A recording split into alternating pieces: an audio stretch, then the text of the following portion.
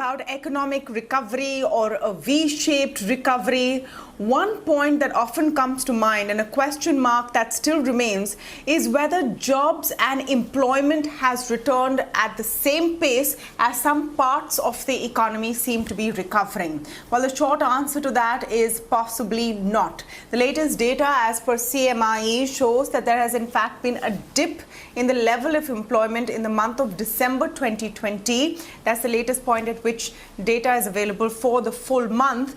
And in fact, there was a drop of 9%. The number of unemployed is still down 14.7 million jobs as of December 2020. In fact, there has been a regression after a big improvement post the lockdown ending. And in part, this is because of agricultural jobs moving back due to seasonal reasons. But the big problem India still faces and has continued to face for a while is the creation of high quality, better paying jobs in the formal sector. Now the question is, what can Budget 2021 do about this? So far, some of the points that the budgets have been making, or some of the tools that budgets have been using and finance ministers have been using, includes incentivizing companies that create more jobs, perhaps with tax breaks, skill redevelopment programs, which have had a patchy kind of success rate, and also to some extent boosting MSMEs and small and medium companies, because these are the big job creators. But can we go beyond that? This time around, there is talk of an urban job program along the lines of the Manrega, which is for rural employment, but we'll have to see how that pans out. Meanwhile, what is the job picture looking like? I have some of the best voices on this topic on the panel today, and I'm excited to speak with Suraj Moraje, Group CEO of Quess Corp, Rituparna Chakraborty, Executive Vice President and co-founder of Teamlease, and Roopank Chaudhary, partner at Aon India Consulting. Welcome to all of you, and thank you for speaking with us today. Suraj, let me start by getting your take about jobs and budget. Clearly, we know that the situation has improved compared to March 2020. There's no doubt about that. But would it be safe to say that we still have a lot of ground to cover? I think that's safe to say, Tamanna. I think, if it's obviously the way you look at these numbers and the way you interpret them depends on how you want to skin the cat. But it's clear we're somewhere between, I think, 4 and 7% behind pre-COVID numbers, depending on the segment you look at and depending on the data source that you consider. I think you spoke about the CMIE. Our own proprietary data indicates that jobs in the formal economy, which is large enterprises, are probably down about 4% in December versus March. And we discussed this about a month ago. We're still seeing, let's say, a 1 percentage point improvement every month, give or take, which means maybe we're 6 months behind sort of where we would be in the pre-COVID times. I think the real concern here is that the quality of jobs in the economy seems to have fallen. While agriculture has increased by, let's say, 5 to 10%, as you mentioned, I think construction is back to pre-COVID levels. The issue is service jobs are still down about 5%. Manufacturing jobs are not where they need to be. And the overall worry, I think, therefore, going into the budget is, even while it's fantastic news for us that the GDP is forecasted to grow at 11.5% next year. But if you take the contraction of 8% last year, then it's really talking about, let's say, 2 to 3% growth over 2 years, which is barely enough to cover our population growth and keep our GDP per capita flat, right? So we have to grow faster than 11.5 if we want to move the needle. And the reality is, and you kind of alluded to this, it's the lower end of the labor market that suffered more than the higher end. So as GDP stays flat, I think the well-off will continue being well-off, but the not so well-off will actually end up losing out. So it is important. It's very important that we create formal jobs in the formal economy. We've seen that through the COVID period, while some estimates say the total job market fell by 50% in the pandemic, large recruiters didn't fall by more than 10, 15%. There is something to formalization. They do come with a security net, and I think there's many things we can do to drive it further. Rituparna, I want to get your response to this question in the context of the labor laws that have been passed recently. And one stated purpose of these new labor laws is to make it easier for companies to hire and keep employees safe as well. Do you see them actually moving the needle in terms of job creation? I think metro tier 1 cities are likely to gain from the optimism with increased hiring in sales, technology, and marketing functions, even blue collar for that matter. So healthcare and other essential sectors such as FMCG, retail, also technology intensive sectors like education, e-commerce, and IT are expected to scale up hiring. I think interestingly, manufacturing sector after a long time is actually leading the positive hiring outlook, while services sectors like Suraj just mentioned that has been going through a bad patch, but we see that IT, telecom, e-com, commerce, and retail essentials should also look at a rebound. Definitely the PLI scheme, the PMJY, easing of FDI, a lot of this has boosted pharma, education, and manufacturing. There are improvements we are seeing in logistics, and some of the laggards of the previous few quarters, particularly BFSI, which has been spearheading a lot of employment in the services sector, seem to be rebounding. Now, what is going on with relations, say, to the labor laws? As we know that the government is on war footing, trying to close, I think all the stakeholders' deliberations are apparently complete, and there is a clear intent that, from what I gather, that by mid-Feb, there could be an announcement on the rules being finalized. So there are two things which has happened. From the trade unions, there is a clear pushback which has happened on the OSH code and the Social Security code.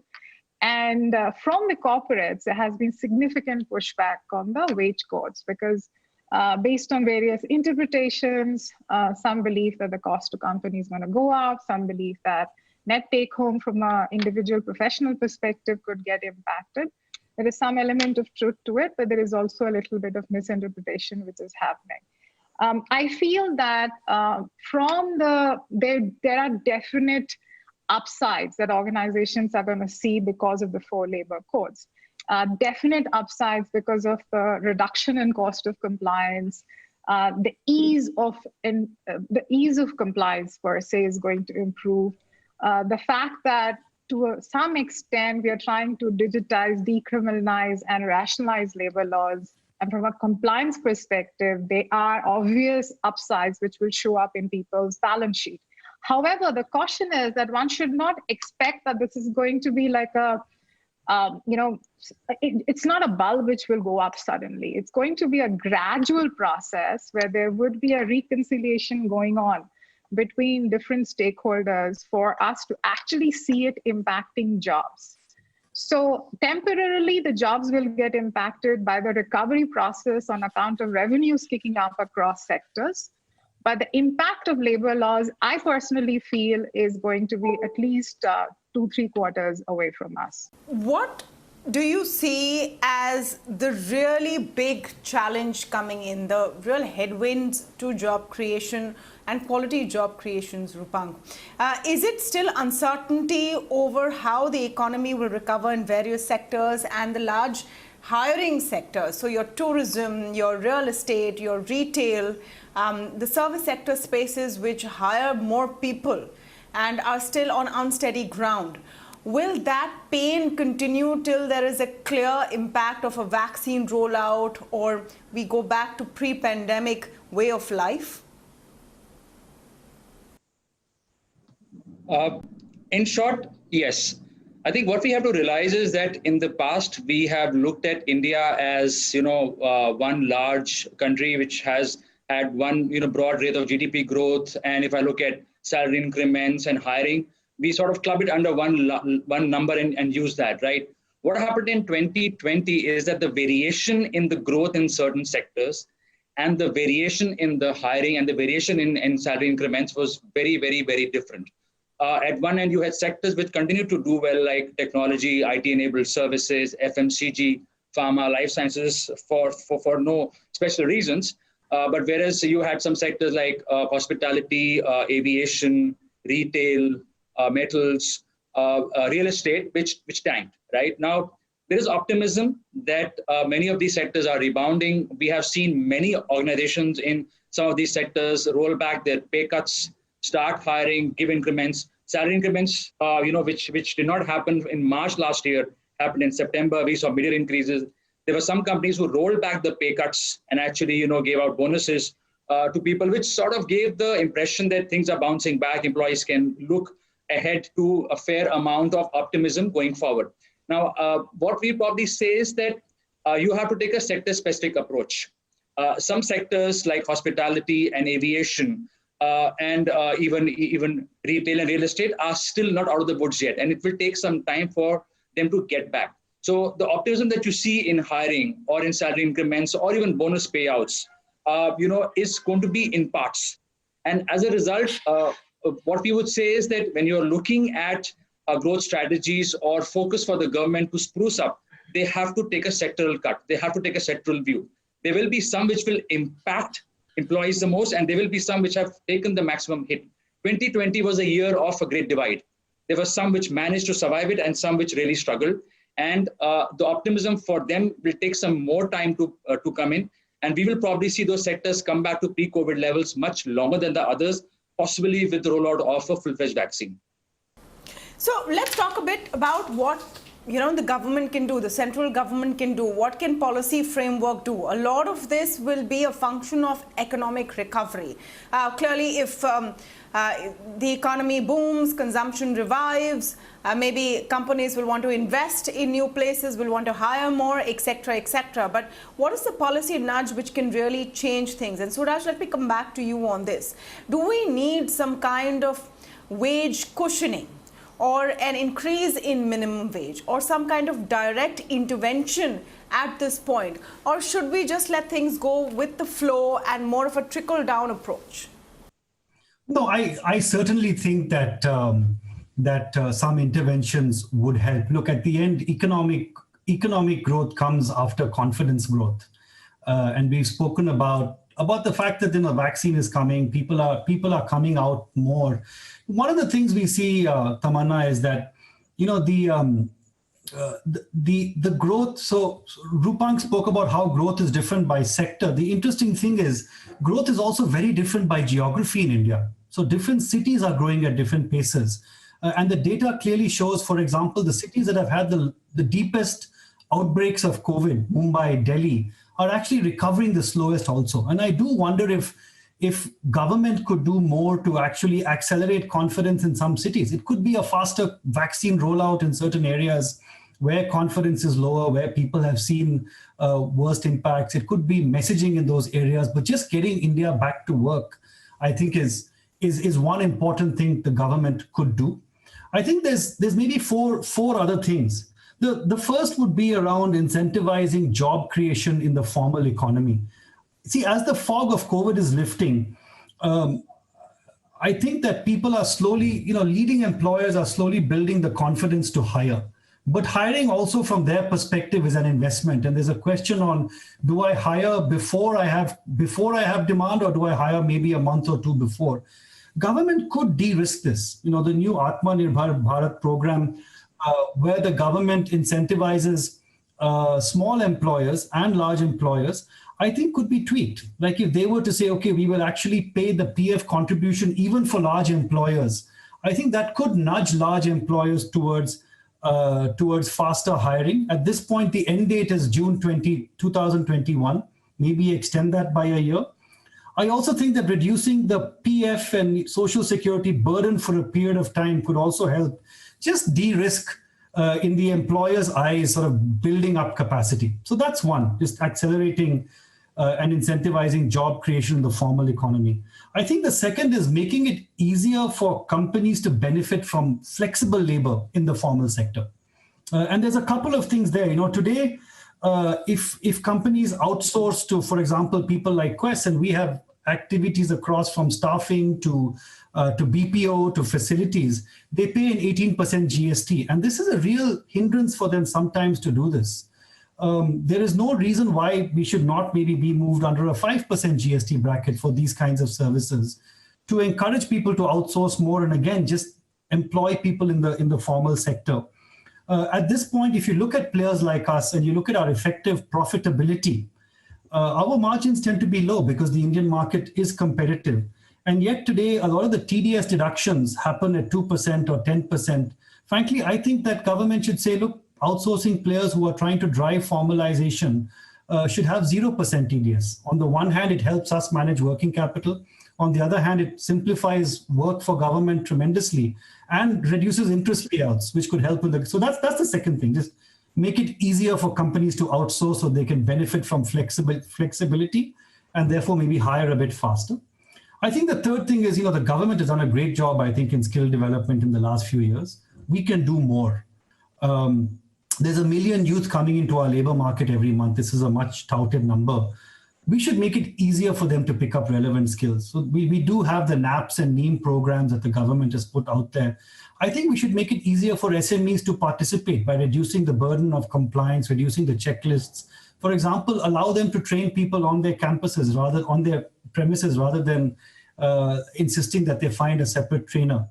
I think that the NSDC, the National Skills Development Council, could make it, in a sense, a lot of the partners who are working with the NSDC over the last few years have really struggled in lockdown because it's been 9 months of sort of bearing the fixed costs while they on facilities set up just for these programs.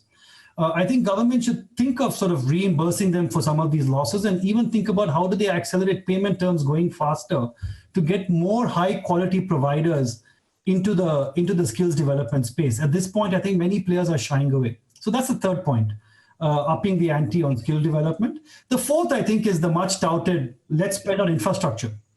Absolutely. I just want to get Rituparna in as well on the point of how we can look at job creation a little more innovatively, considering the paradigm shift we've all witnessed in the last 1 year, which is a faster transformation to digital innovation all around, and ensure that more and more people are not left out. Can policy and a platform like the budget also look at this aspect? The pandemic has exposed our underlying conditions, economic, personal, individual, and probably from a society, economy, everything from every possible angle. I feel that India, we have to acknowledge that India is a poor country. I know it is something that we struggle to accept, but it's a poor country. And I don't think India can afford the kind of dole-outs that many of the developed countries are currently doing. So we should acknowledge it because there is no such thing called a free meal. Every penny, every time we dip in and increase our deficit, essentially my daughter is going to pay for it. So we have to be very mindful about what we are expecting from the government. While we totally understand what the economy and what's the impact it has had on people's lives.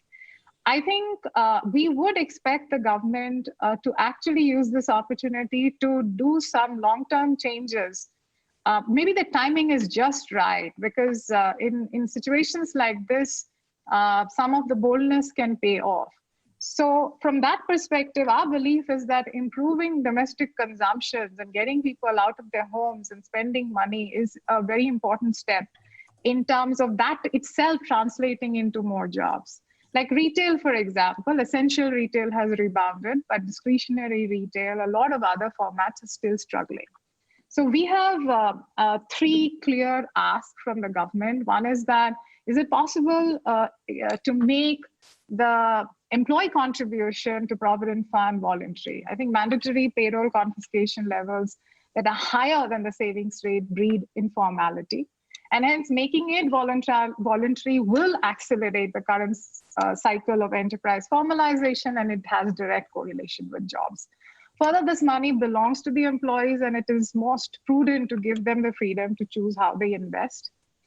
Second, modernization of ESIC. I think India's largest health insurance program, ESIC, has been missing in COVID because of governance that is too large, old, and unrepresentative. So the budget should announce modernization of the ESIC governance in parallel with a June 1st kind of a 2021 deadline, so that employees have the freedom to opt the service for the service provider for their payroll deducted health insurance contribution.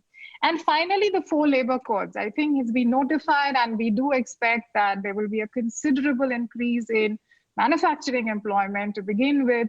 The budget actually should announce a 3-year timetable. I know it is something that a lot of people might believe that is so improbable, but there is a need to announce a 3-year timetable to move to 1 labor code.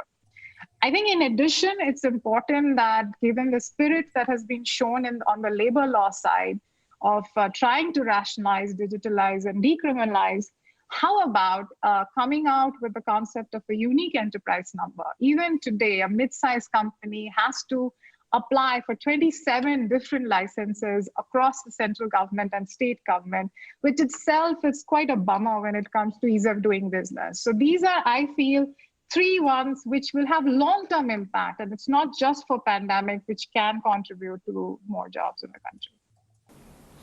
You know, I wonder if we can take into account some of the lessons that the pandemic has taught us. For one, clearly how vulnerable a large part of our workforce is, the informal sector. And we saw that with the migrant workers having to make it back on foot when the lockdown came into place. You realized that there is such a large part of this economy and so many workers who just have zero safety net.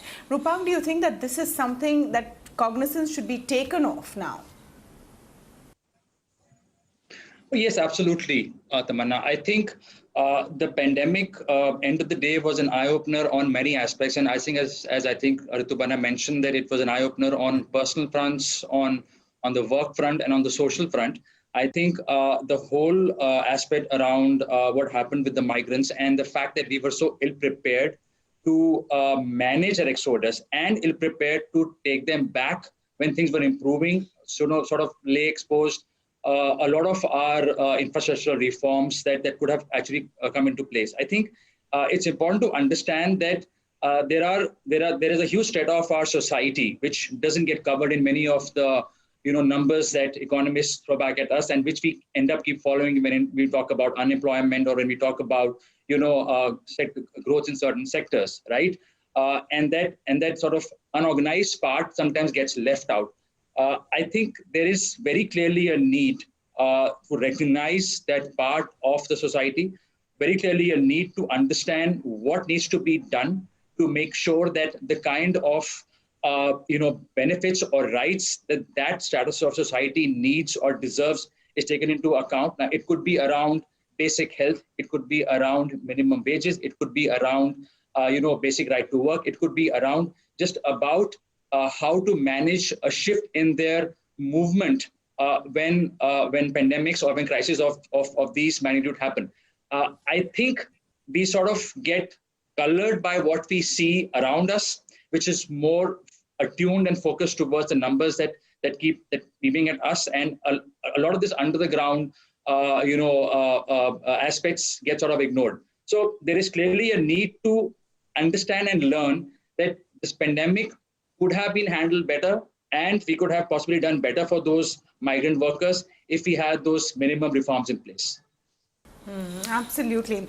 Well, a lot to hope for from Budget 2021, and a lot of schemes for job creation are usually indirect ones which improve growth, improve consumption, incentivize companies to hire more.